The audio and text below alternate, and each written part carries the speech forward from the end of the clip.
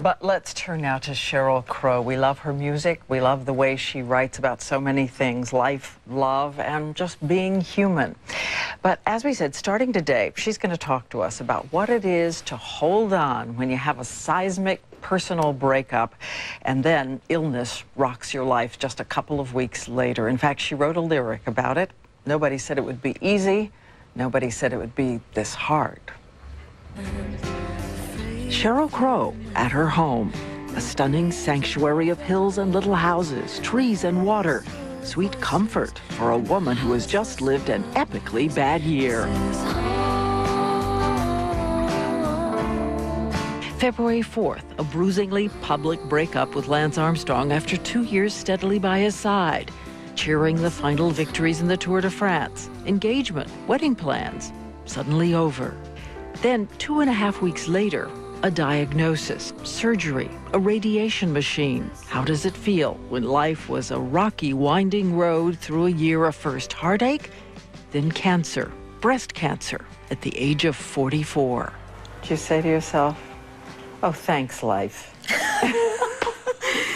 I thought, now this is just one crummy joke. I know. It was like, wait a minute, how can this be?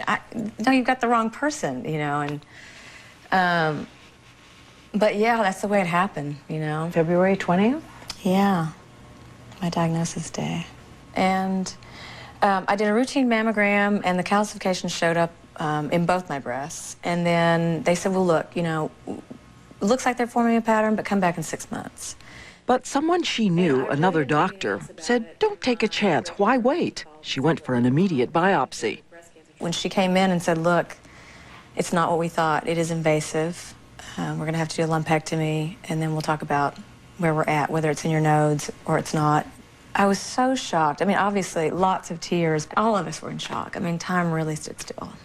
You know, there were just aspects of my life I had to look at and say, what is this telling me? What is this wake-up call about? It's about showing up for yourself. It's about facing that giant machine every morning, being stripped down to just one little person addressing their life. And that was my wake-up call. I have to be here. I have to show up for myself.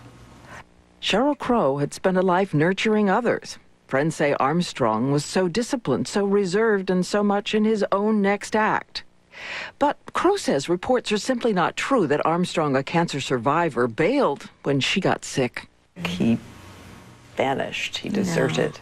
No, it was really, I mean,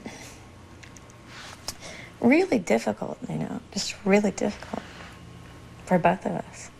But in those moments when you realize, okay, I'm looking at my life, this is my life,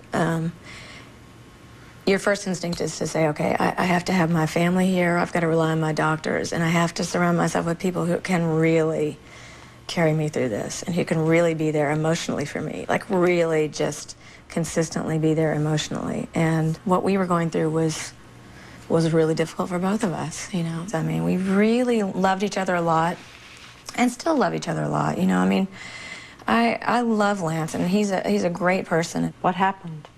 2 years, 5 months engaged. I saw you with your ring. I know. It was a big old honking ring. I could see your ring in New Jersey. I know. I use it sometimes as a flashlight at night. Isn't it lovely, though? He did very well. He picked this out himself. She says it was not about having children or someone else. All she would say, just a growing divide in who they really are. Long time coming or sudden? Not really sudden. I don't think that he would say it was sudden either. You know, it wasn't a fight that caused it, so we both left feeling really anguished over it. Angry at him? Sucks. Yeah.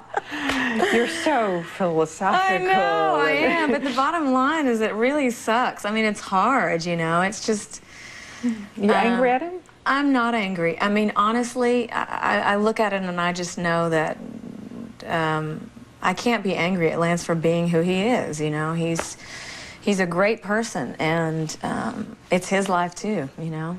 It's about what he wants, and it's about what I want, and where the two don't meet, there's definitely a fissure.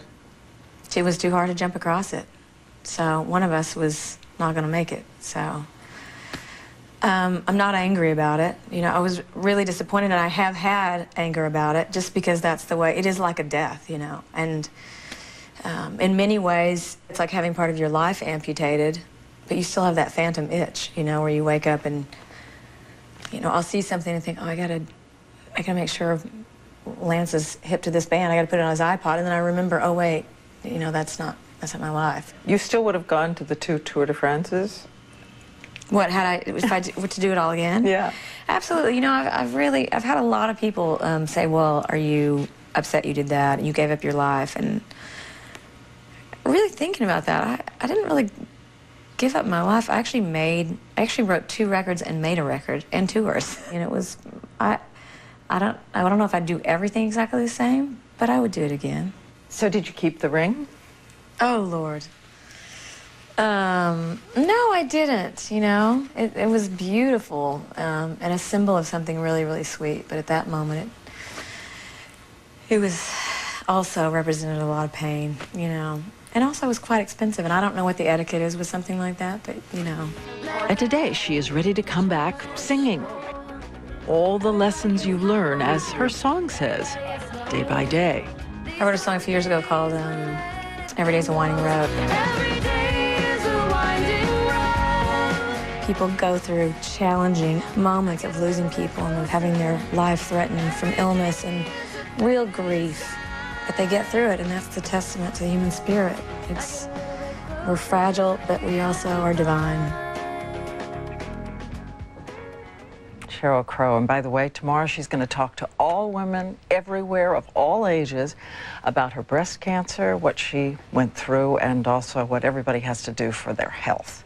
She's doing great, and this summer she's going to be back on tour with John Mayer. You can find out more about all of that on our website, abcnews.com. But tune in tomorrow for the part 2 of Sheryl Crow.